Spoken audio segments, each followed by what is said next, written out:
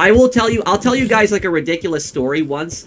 I got into an argument with one of my friend's friends like a couple years ago. So this isn't even my friend, but basically the argument that we got into is one of my friend's friends was actually talking about college, and he said that that if you don't go to college, you're asking to be a failure. That's basically what he said. And I said, there's people that don't go to college but are successful.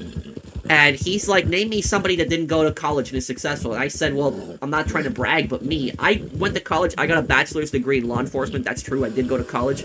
But the reason I said me, because my success, all of my success that I have right now, like my rental property business, my YouTube channel, has absolutely nothing to do with my college education, like nothing. So if I never went to college, I still would be just as successful as I am now. And you know what he said to me? He said to me, you're not successful. Like, how? I have like a channel of like, you know, a million subscribers. You know, I have a rental property business. He's like, no, you just sit in front of the computer and you just play video games all day. That's not a real job.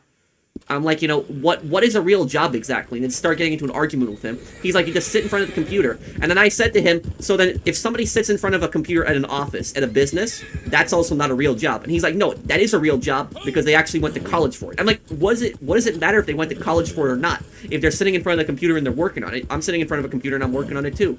So like, it was just like, it's went into a big argument about that. And then eventually it got to the point where I just left the party and I said, I'm not going to talk to this guy anymore. And then one of my friends, he apologized to me. He's like, I'm sorry, I didn't know he was gonna be like that.